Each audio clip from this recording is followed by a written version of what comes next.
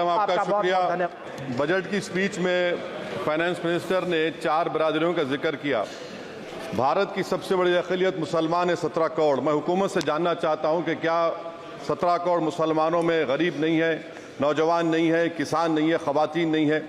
वतन अजीज़ में सबसे गरीब मुसलमान है, सबसे ज़्यादा नाखवानगी मुस्लिम ख़वातीन में। AIDS और PLFS का डेटा ये बताता है कि मुसलमानों में सबसे कम असासे हैं और कंजम्पशन लेवल दूसरे मजहबी ग्रुपों के बनिस्बत सबसे कम है। तालीमी इदारों में मैडम 15 और 24 साल की उम्र में भर्ती एनरोलमेंट में मुसलमानों की सिर्फ 29%, शेड्यूल कास्ट की 44%, हिंदू OBC के 51% और हिंदू अपर कास्ट की 59% है। हायर एजुकेशन मुसलमानों का एनरोलमेंट सिर्फ 5% है। PLFS का 2018-19 का डेटा वेज एम्प्लॉयज बताता है कि मुसलमान 22% थे, 2022-23 में 15% हो चुका है। सेल्फ एम्प्लॉयमेंट में मुसलमान हिंदू सिख से ज़्यादा 58.4% है। रेगुलर वेज एम्प्लॉयमेंट में सबसे कम मुसलमान है 15% और कैजुअल लेबर में सबसे ज़्यादा मुसलमान 26% है। तो मुसलमानों का शेयर रेगुलर एम्प्लॉयमेंट में लॉस हो रहा है एम्प्लॉयमेंट का।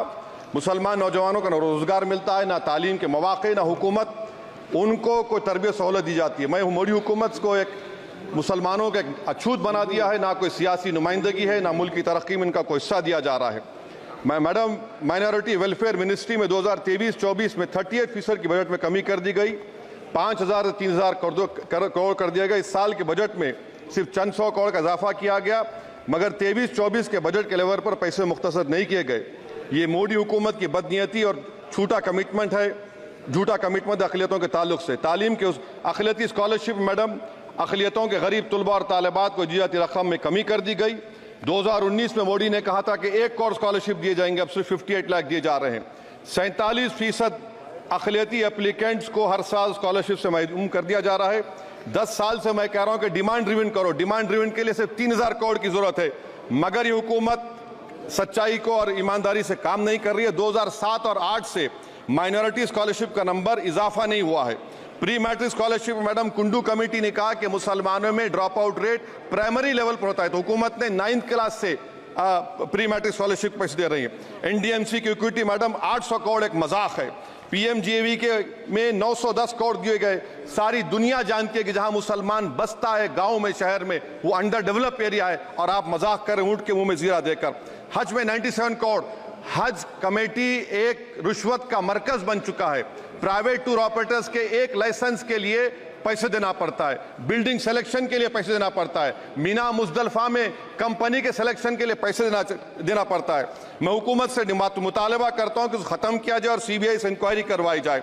मोदी हुकूमत को अक़लियतों बिल्कुल मुसलमानों से नफरत को ख़त्म करना पड़ेगा। मुसलमानों को उनका दस्तूरी हक मिलना चाहिए। आप कैसे विकसित भारत बनाएंगे अगर 17 करोड़ मुसलमान नफरत करेंगे? मैडम पूरी स्पीच में फाइनेंस मिनिस्टर के बच्चों का जिक्र नहीं है। आज हमारे देश में 66 लाख बच्चे रोज भूखे सोते हैं। 46 मिलियन बच्चे स्टंटेड हैं मेल न्यूट्रिशन की वजह से। 25 मिलियन बच्चे वेस्टेड हैं। मासूम बच्चों की यह बदकिस्मती और बदबख्ती है कि एक शख्स चाय बेचकर वजीर आजम बन गया। LTC long term capital gain tax madam was decreased from 20 to 12.5%. However, the indexation benefit has been removed and won't apply to any property purchased after 2001. This will be detrimental to the growth of real estate, limit household capital formation and impact employment generation in construction sector. This change in LTCG is a quasi-wealth tax on household, particularly the middle class. Internship program madam 5 साल में आप 1 करोड़ लोगों को intern कराएंगे, यानी एक company को 4,000 लोगों को ट्रेन करना पड़ेगा। मुझे बताइए क्या ये बड़ी कंपनी का माने क्या है? It is unachievable. Will it be based on market cap, revenue, employ size?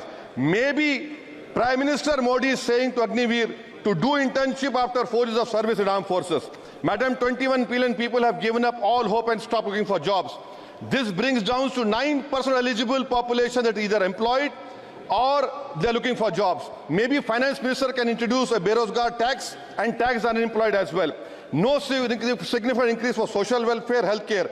It looks like Prime Minister Modi is saying देश की मिडिल क्लास की संपत्ति पर पहला हक हमारे अलायंस का है. In real terms, when adjusted to inflation, the allocation of health ABPMJ has declined. Modi is saying he said heal in India during G20. The reality is India is hurting. Madam, this government wants to increase FDI from China. Is the Prime Minister not concerned that our armed forces cannot patrol 26 patrolling point out of 65 in Ladakh?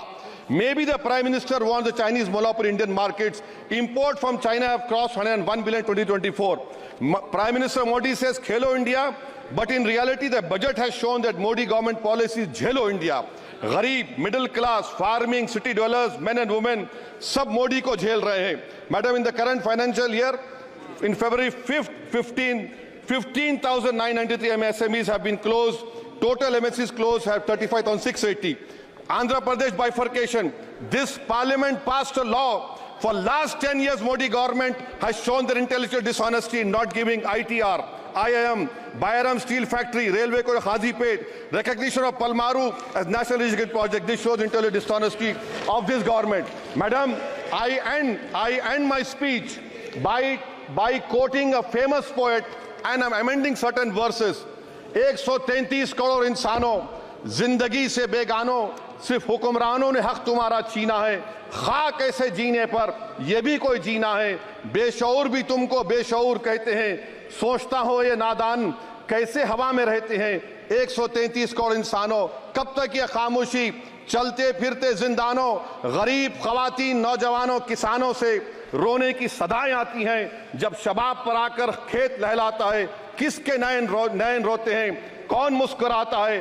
काश तुम भी समझो, काश तुम भी जानो किस कदर भयानक है जुल्म का ये ढब. देखो रख से आतिश आहन देखते ही जाओगे, होश में ना आओगे. और अनएम्प्लॉयमेंट पर अभी बोला गया नौकरियां दे रहे हैं, तो शायर ने इनके बारे में अच्छा कहा कि फूल शाखों पर खिलने लगे तुम कहो, जाम जिंदों को मिलने लगे तुम कहो, चाक सीनों के सिलने लगे तुम कहो. इस खुली झूठ को, जहन की लूट को मैं नहीं मानता, मैं नहीं जानता. शुक्रिया मैडम.